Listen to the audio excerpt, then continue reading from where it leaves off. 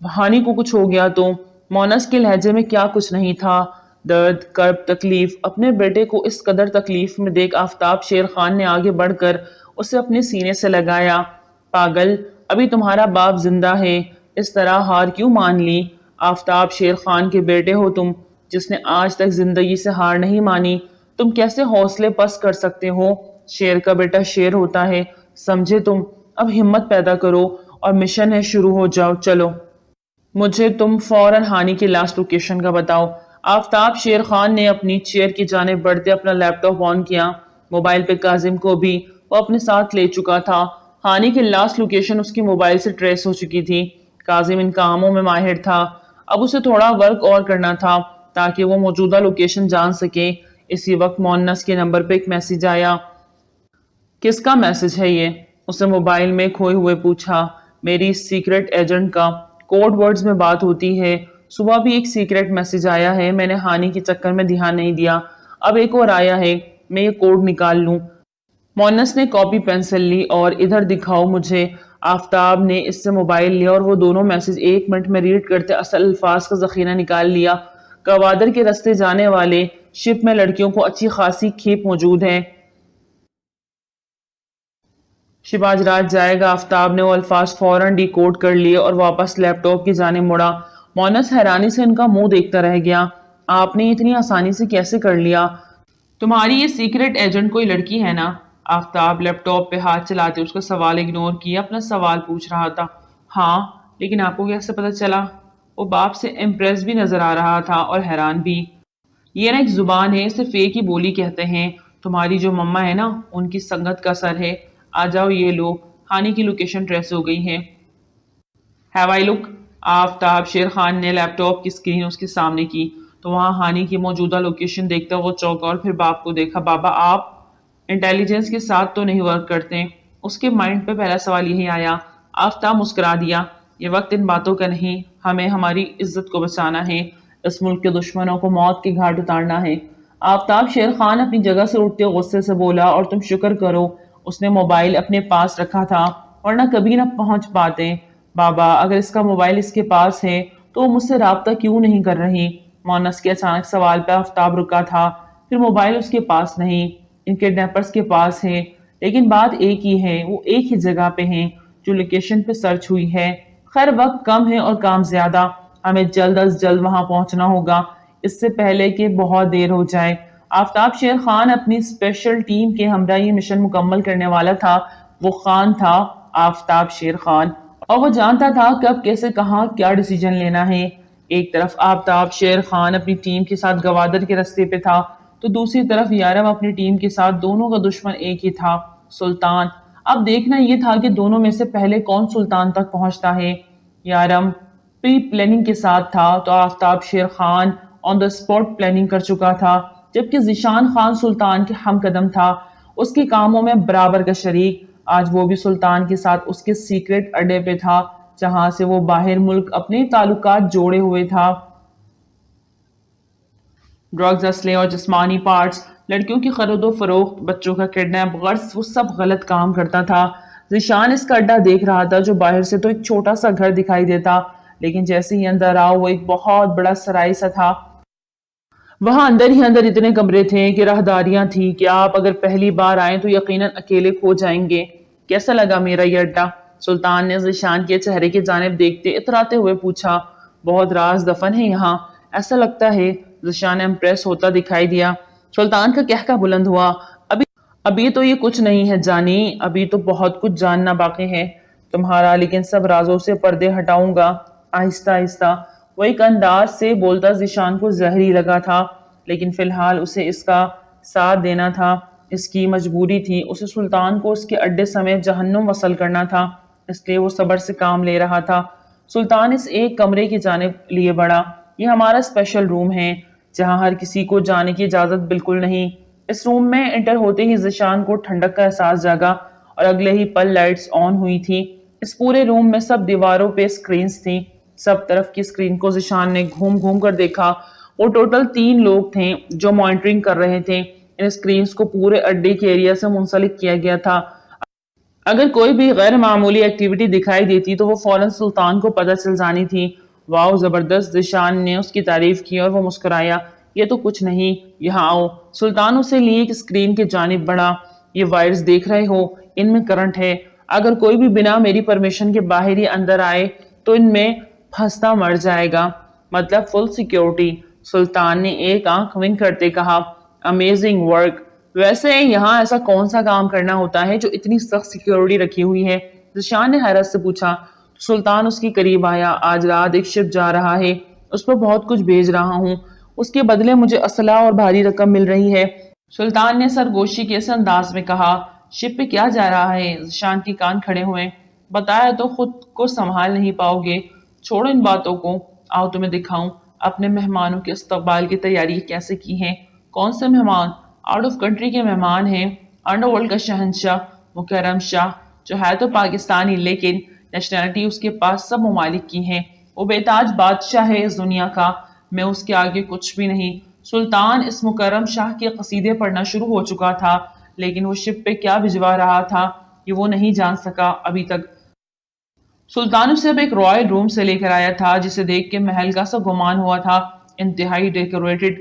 وہ بہت بڑا ہال تھا، جدید طرز کی ڈیکوریشن کے ساتھ۔ وہاں ویٹرس کے روپ میں کم کپڑوں میں ملبوس صرف لڑکیاں تھیں جو چہرے پہ مسکان سجائے مہمانوں کا ویٹ اور ویلکم کر رہی تھیں۔ ان میں ماہ پارا بھی تھی۔ ذیشان کی نگاہ اس کی جانب اٹھی تو اس کا حلیہ دیکھ وہ نظریں پھیر گیا۔ ماہ پارا کا دل جیسے کسی نے چیر دیا ہو، دل تڑپ تڑپ کے رو رہا تھا۔ عزت کی زندگی جینا چاہتی تھی لیکن اس گندی زندگی کو جینا اس کی مجبوری بن گئی تھی۔ ایسی مجبوری کی زندگی یا تو وہ اس دلدل میں دھستی چلی جائے یا پھر ان سب کو جہنم وصل کر کے خود کو بھی ختم کر ڈالے۔ شراب و شباب کی محفل سج چکی تھی۔ ہال کے اندر کی طرف حصے کو کلب کا ڈیزائن دیا گیا تھا۔ وہ شرابی کیا شرابی جو نشے میں نہ رہے، وہ شرابی کیا شرابی ایسے جو توبہ کرے، وہ شرابی کیا شرابی دل میں جس کے غم نہ ہو، لٹ گیا سمجھو شرابی پاس جس کے ہم نہ ہو۔ او ساکی ساکی رے او ساکی ساکی، آپ پاس آ رہ نہ جائے کوئی خواہش باقی۔ دو لڑکیاں تھرک تھرک کے ڈانس کرتی اپنے جلوے بکھیر رہی تھی، ان میں ماں پارا بھی تھی۔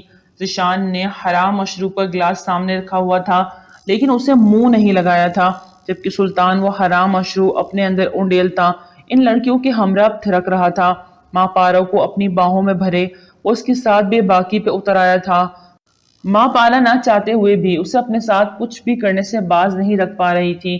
ذیشان نے اپنا رخ پھیر لیا، یہاں وہ ماں پارا کی سائیڈ نہیں لے سکتا تھا، اس کا مشن ادھورا رہ جاتا۔ یاریم اور اس کے ساتھی اپنی اپنی پوزیشن لے چکے تھے، وہ تین حصوں میں بٹ گئے تھے، ایک حصہ یاریم کے، دوسرا حشام اور تیسرا کبیر کے انڈر تھا۔ وہ سر پہ کفن باندھے آج سلطان کا نام و نشان مٹا دینا چاہتے تھے۔ ایک دوسرے سے وہ وائرلیس کے ذریعے کنیکٹڈ تھے۔ دھیرے دھیرے وہ آگے بڑھتے سلطان کے مین اڈے تک پہنچ گئے تھے۔ ہمیں احتیاط سے آگے جانا ہوگا، یہاں سے آگے اب خطرہ ہے، یارم نے وائرلیس سے کہا۔ بلڈنگ کے اطراف میں وائرز چھوڑی گئی ہیں، ان وائرز میں کرنٹ ہے۔ حشام کی بات پہ یارم نے لب بھینچے۔ کبیر اسد سے کہو لیپ ٹاپ سے کنیکٹ کرے اور سارا سسٹم ہیک کرے۔ فوراً یارم کی بات پہ فوراً عمل درآمد ہوا اور یہ اسد کی بائیں ہاتھ کا کھیل تھا۔ ایک طرف وہ اپنے مشن میں چھپ چھپ کے آگے بڑھ رہے تھے تو دوسری طرف آفتاب شیر خان بنا ڈرے گھبرائے سیدھا سامنے وار کرنا جانتا تھا، اور وہ اپنی ٹیم کے ہمراہ سلطان کے اڈے پہ دھاوا بولنے والا تھا۔ System closed. اسد کی بات پہ سب نے گہرا سانس بھرا۔ Move forward. یارم نے اپنی ٹیم کے ساتھ وائرلیس پہ سب کو آگے بڑھنے کا حکم دیا۔ اس کی چھٹے حص نے اسے خبردار کیا، اسے کچھ گڑبڑی کا احساس جاگا، لیکن وہ ایکٹیو ہوتے خاموشی سے آگے بڑھ رہے تھے کہ یکایک انہیں دور پانی پہ ایک شپ دکھائی دیا جسے وہ جانے کے لیے تیار کھڑا تھا۔ یہی ہے وہ شپ جسے اپنے انڈر لینا۔ سب پوزیشن سنبھال چکے تھے۔ تین دشمن ایک ساتھ آج سلطان کے ساتھ بھرنے والے تین لوگ تھے، یارم شاہ، آفتاب شیر خان بما مونس اور کاظم، اور تیسری جگہ ذیشان خان۔ اب دیکھنا یہ تھا کہ جیت کس کی ہوتی ہے۔ 2 سے 3 قسطوں میں سلطان کا معاملہ دی اینڈ ہو جانا ہے اور پھر شروع ہوگی لو سٹوری آف یارم اینڈ انشرا۔ لیکن یارم پہنچ گیا ہے مشن پہ تو انشرا نے کیسے آنے دیا؟ سوچو، وہ کہاں ہے؟ ایک طرف ہانی نے بکھیڑا کھڑا کیا ہوا ہے تو دوسری طرف بکھیڑا کرنے والی انشرا صدیقی، اس سے کچھ بھی امید کر سکتے ہیں۔ ناول کیسا لگ رہا ہے کامنٹ سیکشن میں بتائیں، لازمی دعاؤں میں یاد رکھیں۔ Waiting for the next episode. اللہ حافظ۔